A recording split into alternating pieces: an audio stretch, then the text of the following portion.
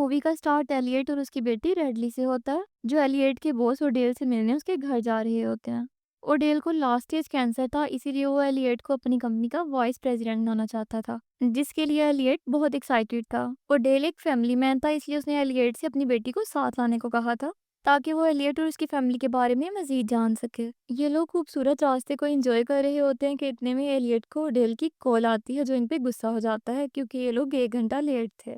इससे पहले कि एलियट उसे कोई जवाब दे पाता, उसके मोबाइल के सिग्नल चले जाते हैं और उसे छींकें आने लगती हैं क्योंकि उसे डस्ट एलर्जी थी, जिससे उसका ध्यान ड्राइविंग से हट जाता है। इतने में कोई जानवर भागता हुआ इनकी गाड़ी के आगे आ जाता है और गाड़ी से टकरा जाता है। रेडली उस जानवर की हेल्प करने के लिए गाड़ी से बाहर निकलती है और यहाँ ये दोनों देख के हैरान रह जाते हैं। ये तो एक बेबी यूनिकॉर्न था जो दर्द से चिल्ला रहा था और उसकी बॉडी से कलरफुल ब्लड भी निकल रहा था। ये दोनों ये देख के बहुत हैरान रह जाते हैं क्योंकि इससे पहले इन्होंने कभी रियल यूनिकॉर्न नहीं देखा था। इन्होंने अभी तक यूनिकॉर्न के बारे में सिर्फ स्टोरी सुनी थी। यूनिकॉर्न का हॉर्न यानी सींग बहुत ज्यादा चमक रहा होता है। रेडली जब उसे टच करती है तो रेडली को ऐसा लगता है कि वो किसी और दुनिया में पहुंच गई हो। रेडली अभी ये फील कर ही रही होती है कि उसे किसी के जोर जोर से चिल्लाने की आवाज आती है। जब वो देखती है तो उसके डैड एक मेटल स्टिक से यूनिकॉर्न को जोर जोर से मार रहे होते हैं और उसे मार देते हैं। रेडली उन्हें रोकने की बहुत कोशिश करती है लेकिन नाकाम रहती है। अब फाइनली ये लोग ओडेल के घर पहुंच जाते हैं, जहां पहुंचते ही एलियट और ओडेल की मीटिंग होती है,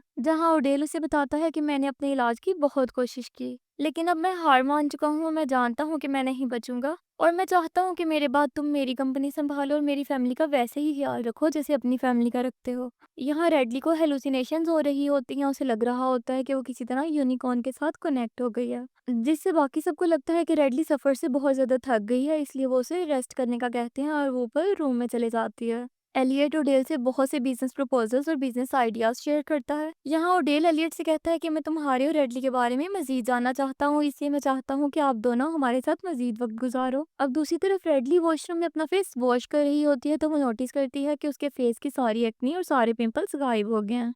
ये सब कुछ शायद उस यूनिकॉर्न के ब्लड की वजह से हुआ था जो इसके फेस पे गिर गया था। फिर हम एलियट को देखते हैं जो ओडेल को कुछ रीड करके सुनाने लगता है, लेकिन उसे ठीक से दिखाई नहीं दे रहा होता। लेकिन जब वो अपनी ग्लासेस उतार के देखता है तो उसे साफ साफ नजर आने लगता है और अब उसका फ्लू भी खत्म हो गया था जो उसे डस्ट एलर्जी की वजह से हुआ था। फिर रेडली एलियट के पास आती है और उसे कहती है कि मुझे ऐसा महसूस हो रहा है जैसे यूनिकॉर्न मुझे हेल्प के लिए बुला रहा हो।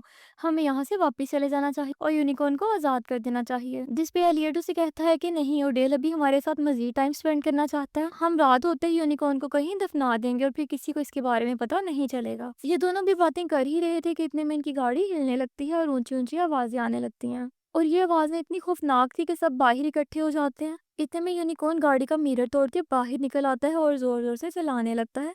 ये सब लोग यूनिकॉर्न को देख के हैरान रह जाते हैं क्योंकि इनमें से किसी ने भी कभी रियल यूनिकॉर्न नहीं देखा था। ओडेल के गार्ड्स यूनिकॉर्न को देख के डर जाते हैं और उस पर फायरिंग करने लगते हैं। अब सब परेशान थे कि यहाँ पे यूनिकॉर्न आया कैसे है और एलियट भी समझ गया था कि अब छुपाने का कोई फायदा नहीं है, इसलिए वो सबको सच सच बता देता है कि मैं तो सिर्फ ड्राइव कर रहा था, ये यूनिकॉर्न खुद ही आके मेरी गाड़ी से टकरा गया। मैंने इसे जानबूझ के तकलीफ नहीं पहुंचाई और मैंने इसे गाड़ी में इसलिए रखा ताकि किसी को पता ना चले कि मेरे से एक रेयर स्पीशी का एक्सीडेंट हो गया और मैं पुलिस से बच सकूं। यहाँ रेडली सबको बताती है कि यूनिकॉर्न का ब्लड मेरे फेस पे गिरने की वजह से मेरी सारी एक्नी खत्म हो गई है।